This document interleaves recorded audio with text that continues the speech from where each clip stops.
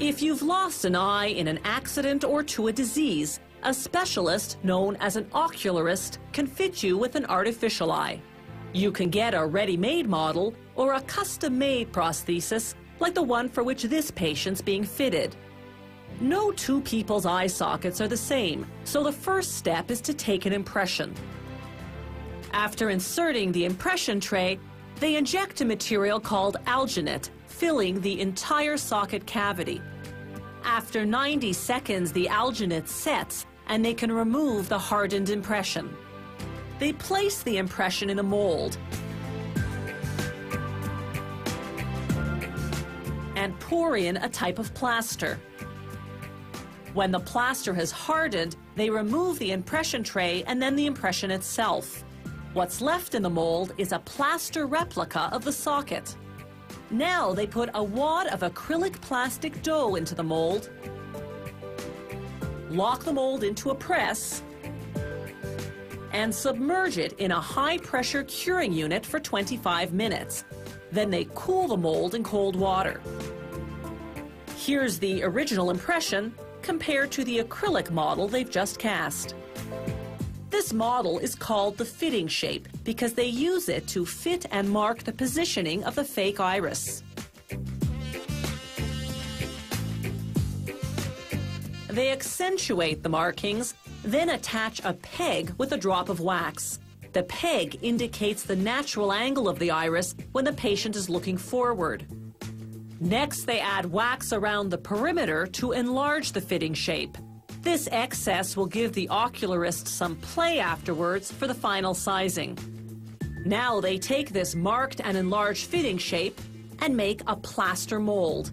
They'll later use that mold to cast the actual artificial eye. But first, they have to make the iris. They take a curved black acrylic disc and paint it as realistically as possible with high-quality artist's oils.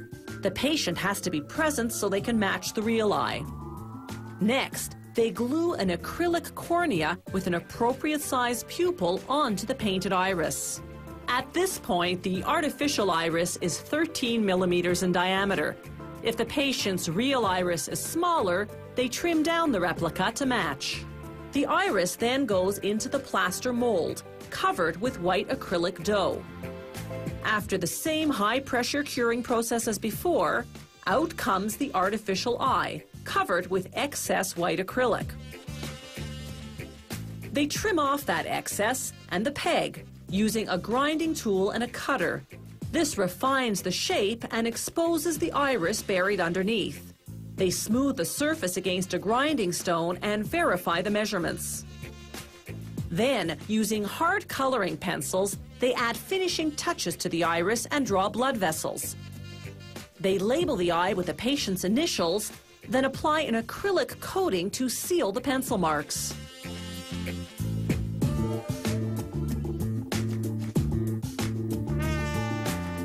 To create veins with some dimension, they use the same acrylic coating to stick on some delicate silk threads.